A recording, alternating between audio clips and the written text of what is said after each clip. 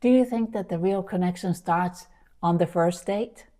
But so often you feel no connection and it just feels off. Because the real connection starts before the first date. And the good news is that you are in the control of it. So what does it take to find the real connection? I'm Eija. I'm a life and love coach for people over 50. So let's talk about what it is. Anyone knows this feeling? We text, we send messages, we get kind of feeling that we're connecting, and when we meet we feel nothing, and that moment can feel confusing. So how to get from blah to yes? Point number one, connection starts with presence. So today's world is not really helping us, is it? Because it's so chaotic. We're constantly getting messages, we are multitasking, we are scrolling on the phone, we're doing this, that, the other thing. And we're bringing some of that energy, if we're not present, to our dates. And this is something that dating apps get wrong. Point number two, screens create false intimacy. You can share stories, jokes, anything like that. And it creates a sense of connection, intimacy. You might be a little smitten by them. And when we meet, what people say, and I've experienced this too, that we had such a great conversation, but when we met, it just wasn't there. So what you felt wasn't real connection, but it was projection. So how to change that? Point number three, connection starts before you meet. Connection doesn't start on the dating apps. It starts when you feel ready in your life. And you have control over that. When you do things, you move your body, you take care of yourself, you enjoy life, the connection is there. And what I want to be clear about, those are also the things that we're so often missing. We put everybody else first, our children, our friends, our parents, whatever. And when we're trying to date, you have to start rooting for you. And that change can be difficult if you've never put yourself first. It doesn't mean that you don't care about your loved ones, but it does mean that you have to care about you. And if you need help, let me know. You can book a free discovery 30-minute call with me. So ideally, dating is not to fix loneliness.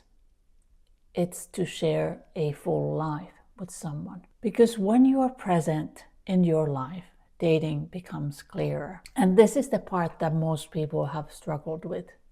I certainly have.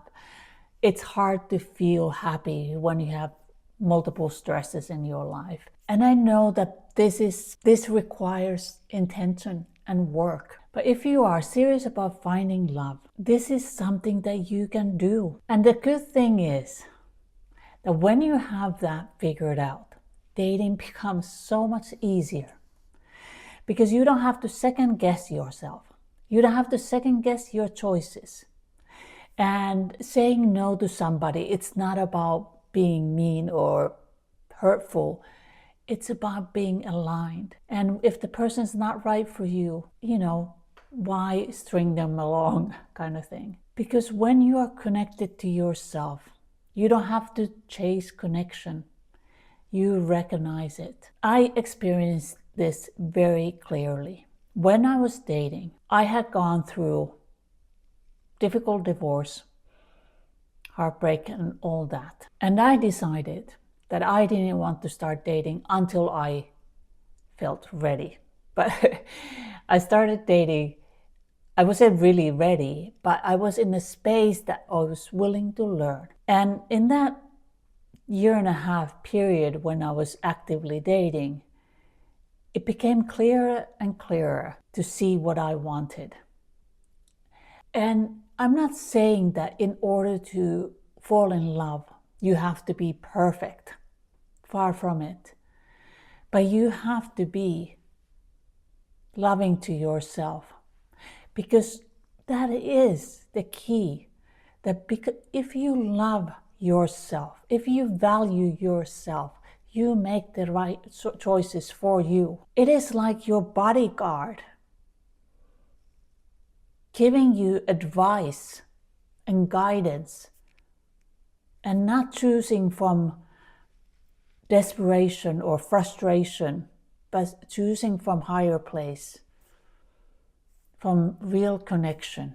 Point number 4, slower online, faster in real life. The key here is, and I stand behind this point, to meet them as soon as they feel safe, because that's the only way to know if the person is right for you. Because attraction is not only the looks, it lives in the energy, in the present moment, in the timing.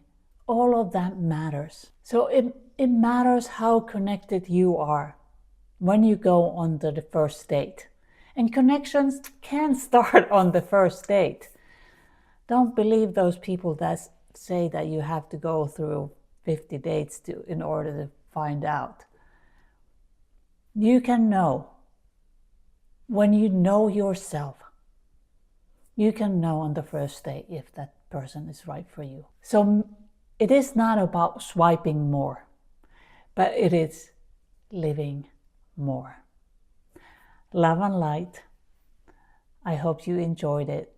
I'm grateful that you're here. Bye.